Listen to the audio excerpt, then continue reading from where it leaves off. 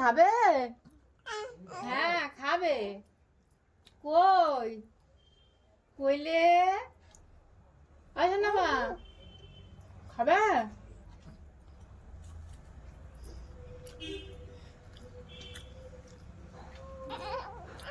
হ্যাঁ হ্যাঁ কই What is he?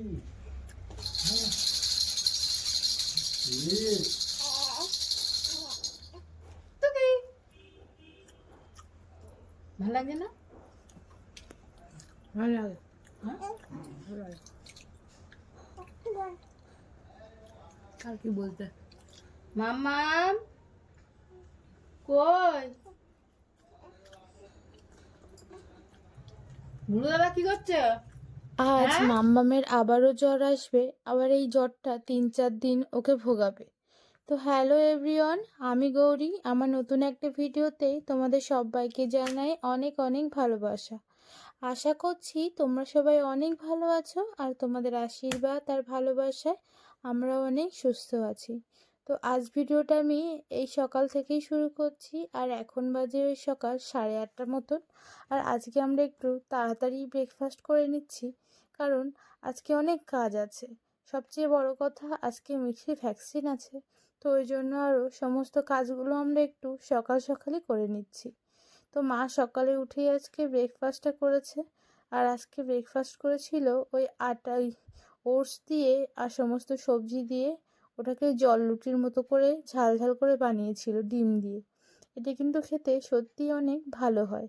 আর এদিকে দেখো মিঠি তো খেলা করছেই, আর বাবু যাবে একটু কাজে, আর বাবুর কাছেই আমি এবারে ওই মিঠির কার্ডটা পাঠিয়ে দেব।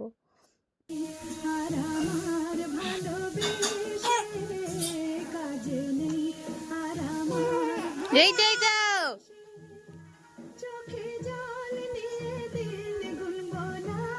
তোমরা তো দেখলেই মিঠি কত সুন্দর খেলা করছে, আর এই খেলাটাই না আর কিছুক্ষণ পরে ভ্যানিশ হয়ে যাবে। এটা ভেবেই আমার ভীষণ কষ্ট লাগছে। আগের বারে অনেকটা ছোট ছিল, ততটা কষ্ট হয়েছে কিন্তু সেটা প্রকাশ করতে পারিনি। কিন্তু এবারে কি করবে সেটা নিয়ে আরও বেশি চিন্তা। আর আগের বারে না এইটা যখন নিয়ে গিয়েছিলাম জননী সুরক্ষার বইটা, ওরাই বলে দিয়েছিল বইটা যেন আমি টেপ মেরে নিয়ে যাই। তো অনেক দিনই হয়ে গেছে, প্রায় 1 মাস, আমার সময় আর হয়নি। ওই ধরতা মার পেরেক এইটা আছে না কথায়, সেটাই এখন হবে আর কি। বাবু যাবে আর এখন আমার এটাকে ঠিক করেও দিতে হবে। তাই জন্য এই টেপটা নিয়ে বসে পড়েছি, আর এই টেপটা দিয়েই এটাকে জুড়বো, জানো তো। কারণ হচ্ছে এই টেপটা বেশ ভালো, অনেকটা তার মানে শক্তিশালী, সাদা টেপগুলোর মতো নয়। তাই জন্যও নিয়েছি, আর একটু মোটাও আছে, অনেকক্ষণ থাকবে, অনেক দিনও থাকবে। তো চলো এদিকে আমি টেপটা মেরে নিই। আর বাবুর কাছে আজকে পাঠাবো এর কারণে, আগের বারে যখন গিয়েছিলাম ওরা ওই অনেকেই ছিল যারা ওই সকালের দিকে ওদের কাছে জমা দিয়ে গিয়েছিল, আর ওরা নির্দিষ্ট সময়ে এসে নিয়েই চলে গিয়েছিল ভ্যাকসিনটা। ওদের বেশি সময় আবার বসতে হয়নি। কিন্তু এই আগের বারে যে আমার কষ্টটা হয়েছিল, বাচ্চা নিয়ে ওই সারা দুপুর ওইখানে একটুখানি জায়গার মধ্যে সবার সঙ্গে বসে থাকা, আর সবারই কষ্ট হয়েছিল, আমারও তো ভীষণ কষ্ট হয়েছিল। তাই জন্য এবার ভেবেছি আমি এই কার্ডটা আগেই বাবুর হাতে পাঠিয়ে দেবো, যাতে ওদের কাছে জমা দিয়ে দিতে পারে। বাবু তো চলে গিয়েছে, আর এখন চলে এসেছি আমি রান্নার দিকে। আজকে রান্না করব একটুখানি চিংড়ি মাছ, আর ওই সেই বাপের বাড়ি থেকে আনা চাল কুমড়োটার অর্ধেকটা আছে, জানো তো, ওটাই দিয়ে আজকে একটা রান্না করব তরকারি। আর মা ওই সকালে এক তরকারি ভাত নিয়ে চলেও গিয়েছে। আর এখন বাবু আসলে আমি তারপরে মিঠিকে নিয়ে আবার ওই ওর ভ্যাকসিনেশনের ওখানে যাব। তো বাবুকেও বলে দিয়েছি তাড়াতাড়ি আসতে।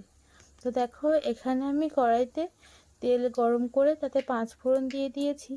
আর ওই আমি যে ওই চাল কুমড়োটা রান্না করব না, ওটা একটু ভাবিও নিয়েছি।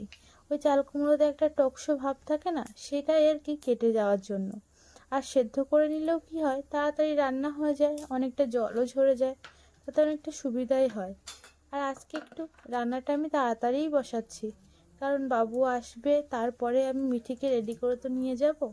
দেখো বলতে বলতে আমার ওই এটা হয়ে গিয়েছে তেলটা, আর ওতে আমি ছেড়ে দিয়েছি তোমাদের ওই চিংড়ি মাছটা। চিংড়ি মাছটা একই তেলে ভেজে আমি ওতেই আর কি একেবারেই বসিয়ে দেবো চাল কুমড়োটা। তাতে আমার সময়টা অনেক কম যাবে। তো দেখো দেখতে দেখতে চিংড়ি মাছগুলো আমি ভেজেও নিচ্ছি। আর চিংড়ি মাছগুলোর সাইজটা কিন্তু বেশ ভালোই ছিল। চিংড়ি মাছগুলো এই 2-3 দিন হয়ে যাচ্ছে আনা হয়ে গিয়েছিল, কিন্তু রান্না আর করা হয়নি। আর এদিকে দেখো আমি 3টে কাঁচা লঙ্কা দিয়ে আর ওই সিদ্ধ করা চাল কুমড়োটাকে দিয়েও দিয়েছি। আর বেশি আর নাড়াইনি, ওটাকে রেখে দিয়েছি। ওই আস্তে আস্তে ওটার জল মরে গেলেই আর কি তরকারিটা হয়ে যাবে। বাড়ি থেকে যখন চাল কুমড়োটা এনেছিলাম তখন ওইটা কচি ছিল, কিন্তু অনেক দিন হয়তো কেটে রাখার জন্যই এরকম একটু শক্ত শক্ত হয়ে গিয়েছে। কি করা যায়, এটাকে ভালো করে সিদ্ধ করে নিয়েছি, রান্না করলে নিশ্চয়ই খাওয়া হয়ে যাবে। তো দেখো আমার এই যে তরকারিটা কমপ্লিট হয়ে গিয়েছে, আর এটা এখন আমি নামিয়ে নেবো এই পর্যায়ে এসে। আর বাবুও চলে এসেছে, আর বাবু এখন ওই মিঠির দিকে ছিল, আর আমি এদিকে রান্নাটা কমপ্লিট করছিলাম। জানি ফুল রান্না করতে পারবো না, তবু যতটা এগিয়ে যেতে পারি সেটুকুই আর কি। আর এদিকে দেখো আমি আর একটা তরকারি বসিয়ে দিয়েছি। তো কাল তো তোমরা দেখিয়েছিলে যে আমি ওই তেলাপিয়া মাছের 2 পিস রান্না করেছিলাম, আর তাই জন্যই আজকে বাকি পিসগুলো রান্না করে ফেলবো। কারণ বেশি দিন মাছ ফ্রিজে থাকলে না ভালোও থাকে না, আর খেতেও আমার ভালো লাগে না।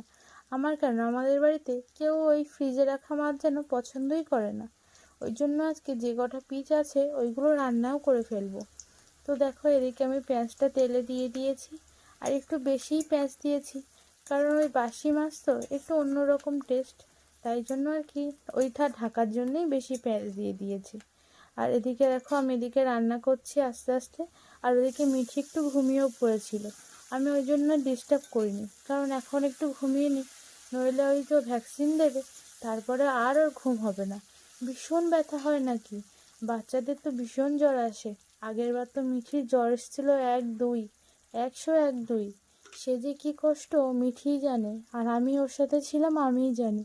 আমার নিজেরও গা একটা বাচ্চার গায়ের গরমে গরম হয়ে যাচ্ছিল, জানো তো। সেই দিনগুলো না বেশ খারাপ দিন গিয়েছে, মানে ওই রকম অভিজ্ঞতা তো আমার কোনো দিন হয়নি। সেই অভিজ্ঞতার দিক থেকে আমার ভীষণ খারাপ লেগেছিল।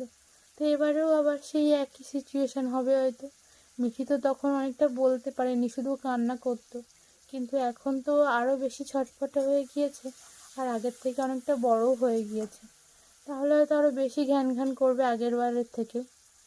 কিন্তু কি করা যাবে বলো, এটা তো নিতেই হবে, কারণ ওর শরীরের দিক থেকেও যে ভালো সেই দিকেই তো তাকিয়ে এটা নেওয়া। আর জানো তো আগের বারে জ্বর হয়েছিল, আমি ওই আশা দিদির কাছে জিজ্ঞাসা করেছিলাম যে অনেক জ্বর আসলে কি ভালো, তো ওই দিদি বলেছিল হ্যাঁ কোনো অসুবিধা নেই, ভ্যাকসিনেশন হলে নাকি জ্বর আসলে বেবিদের সেটা নাকি অনেক কার্যকরী হয়। সেটা নয় বুঝলাম, কিন্তু যে পায়ে ব্যথাটা, এই ব্যথাই তো আমার মাম্মামকে আগেরবার একদম ঘায়েল করে দিয়েছিল। পাও নাড়তে পারছিল না, হাতও নাড়তে পারছিল না, আর এত ব্যথা আমি কোথাও হাত দিতেই না ভীষণ ভয় পাচ্ছিলাম। ওই জন্যই এবারেও কি হয়, এবারেও নিশ্চয়ই একই হবে। তো আগের বারের থেকে এবারে আমি আগের থেকে একটু সাহসী হয়ে গিয়েছি, একবার তো হয়ে গিয়েছে নিজের সাথে, তাই জন্য। এদিকে দেখো বলতে বলতে আমার কষানো কমপ্লিট হয়ে গিয়েছে। এবার আমি এতে একটু জল ঢেলে দেবো, আর তারপরেই না বাবু পুরো রান্নাটা করবে, জানো তো। আমি তারপর বলতেও পারবো না কি কোথায় করেছে। তো এখন এই ভিডিওতে দেখে দেখে তোমাদেরকে আমি ভয়েস ওভার দিচ্ছি। তো চলো তোমরা যারা আমার ফুল ভিডিওটা দেখছো তারা অবশ্যই করে আমাকে কমেন্ট করে জানিও আমার ভিডিওটা কেমন হয়েছে।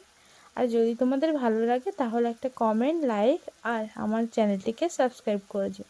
তোমরা যদি আমাকে এরকম একটা কমেন্ট, লাইক করতে থাকো বা আমাকে কমেন্ট করতে থাকো, তাহলে না তোমাদের এই ভালোবাসাগুলোতেই আমি নতুন আর একটা ভিডিও করতে উৎসাহ পাই।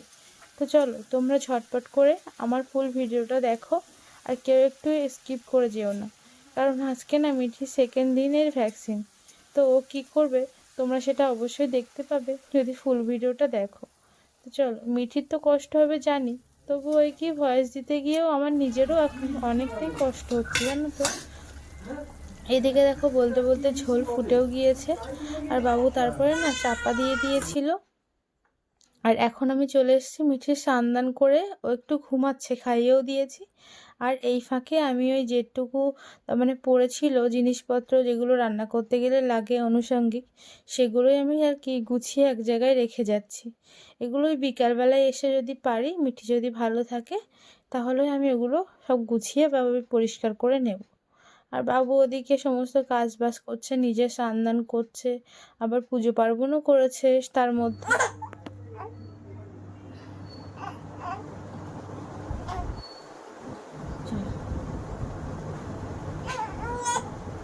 না না হয়ে গিয়েছে না, এই তো এই তো এই তো পাখি।